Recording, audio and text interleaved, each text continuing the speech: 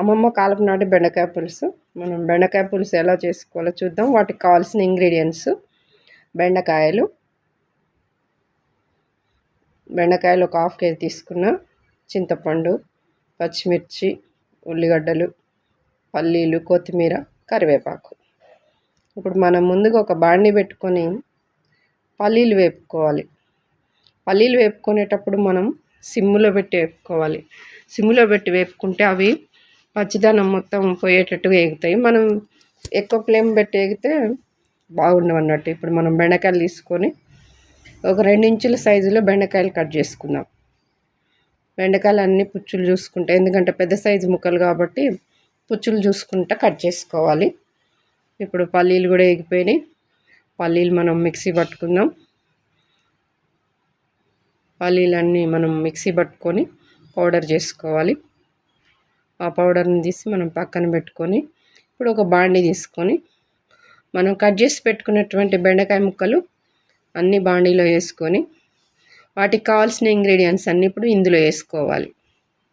బెండకాయ ముక్కల్లో ఇప్పుడు మనం ముందుగా కట్ చేసి పెట్టుకున్న ఉల్లిగడ్డ ముక్కలు, పచ్చిమిర్చి, కరివేపాకు, అలాగే ఇప్పుడు వీటికి కావాల్సినటువంటివి మనం అన్నీ ఇందులో వేసుకోవాలి. ఉప్పు, తగినంత ఉప్పు, మనకు ఎంత కర్రీ కావాలో అంత ఉప్పు వేసుకోవాలి. తగినంత పసుపు,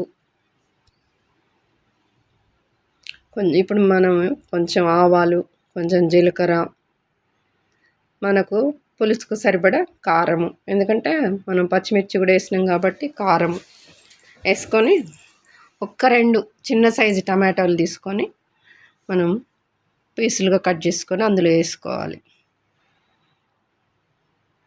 2 టమాటాలు వేసుకొని ఇప్పుడు మనం పక్కన నానబెట్టి ఉంచుకున్న చింతపండుని తీసుకొని పులుసు పిసుకోవాలి. ముక్కలలో మనకు తగినంత పులుసుని తీసుకోవాలి. ఎంత అవసరం అవుతుందో మనకు పులుపుని చూసి మనం తినే పులుపుని బట్టి మనం చింతపండు పిసుకోవాలి. ఇప్పుడు మనం అంతా అన్ని ముక్కలకు పట్టేలా ఈ పులుసు కలపాలి. కలుపుకొని మంచిగా ఎంత అవసరం పడుతుందో అంత పులుపుని బట్టి పోసుకోవాలి చింతపండు గుజ్జు. ఇప్పుడు చూడు మనం ముక్కలన్నిటిని కలుపుకుందాం. కలుపుకొని ఇప్పుడు మనం ముందుగా పక్కన పెట్టుకున్నటువంటి పల్లీల పౌడర్ కూడా ఈ ముక్కల్లోనే కలుపుకోవాలి. ఈ పల్లీల పౌడర్ మంచిగా ముక్కకు పట్టి చాలా టేస్ట్ ఉంటుంది. పల్లీల పౌడరు, చింతపండు రసం ముక్కకు పట్టి ముక్క చాలా టేస్ట్గా ఉంటుంది అన్నట్టు. ఇప్పుడు ఆ పౌడరు ఇవన్నీ మంచిగా మిక్స్ అయ్యేలా కలుపుకోవాలి. అన్నీ మంచిగా కలుపుకొని మనకి ఎంత పులుసు కావాలో అన్ని నీళ్ళు పోసుకోవాలి. ఇప్పుడు మనం ఆ ముక్కలకు తగ్గట్టుగా మనకు కావాల్సినంత ఎంత పులుసు కావాలో అంత పెట్టుకోవాలి. బాగా నీళ్ళు చేసుకున్న టేస్ట్ ఉండదు. కొంచెం లైట్గా గ్రేవీ లాగా ఉంటుంది. ఇట్లా చేసుకొని తగినంత ఆయిల్ పోసుకోవాలి. ఇప్పుడు అంటే కొంచెం ఆయిల్ పడుతుంది, పులుసు కర్రీ కాబట్టి.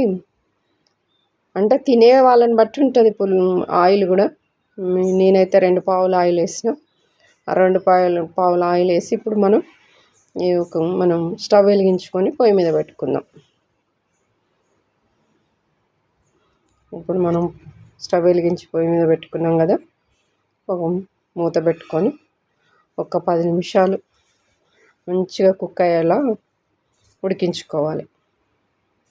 చూడండి ఉడికిపోతున్నాయి మన ముక్కలు. బెండకాయ పులుసు తొందరగా బాయిల్డ్ అవుద్ది. ఇప్పుడు ఈ కర్రీ అయ్యేలోపు మనం ఇంకా ఇంట్లో ఏదైనా పని కూడా చేసుకోవచ్చు అన్నట్టు.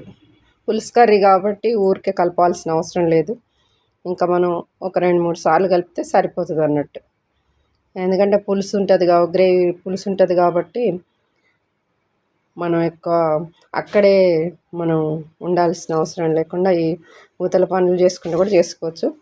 ఇప్పుడు దానికి కావాల్సినవి కొంచెం మనం వేసుకునేవి, బెండకాయ పులుసు అంటే కంపల్సరీ జీలకర్ర పొడి, మెంతి పొడి వేసుకోవాలి. అలాగే కొంచెం ధనియాల పొడి వేసుకోవాలి.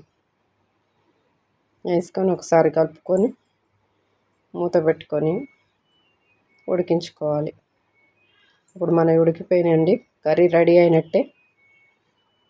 చూడండి మంచిగా ఉడికిపోయింది. బెండకాయ ముక్కకి మంచిగా పులుసు, ఆ పల్లీల పౌడరు అన్నీ చక్కగా పట్టి బాగా ఉడికిపోయింది. ఇప్పుడు చివరిగా మనం కొంచెం కొత్తిమీర వేసుకుందాం.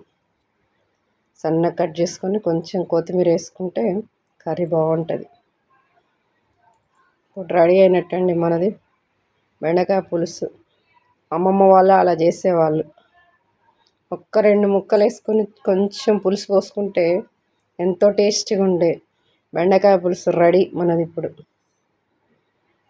చూడండి ఉడికిపోయింది మొత్తం చక్కగా.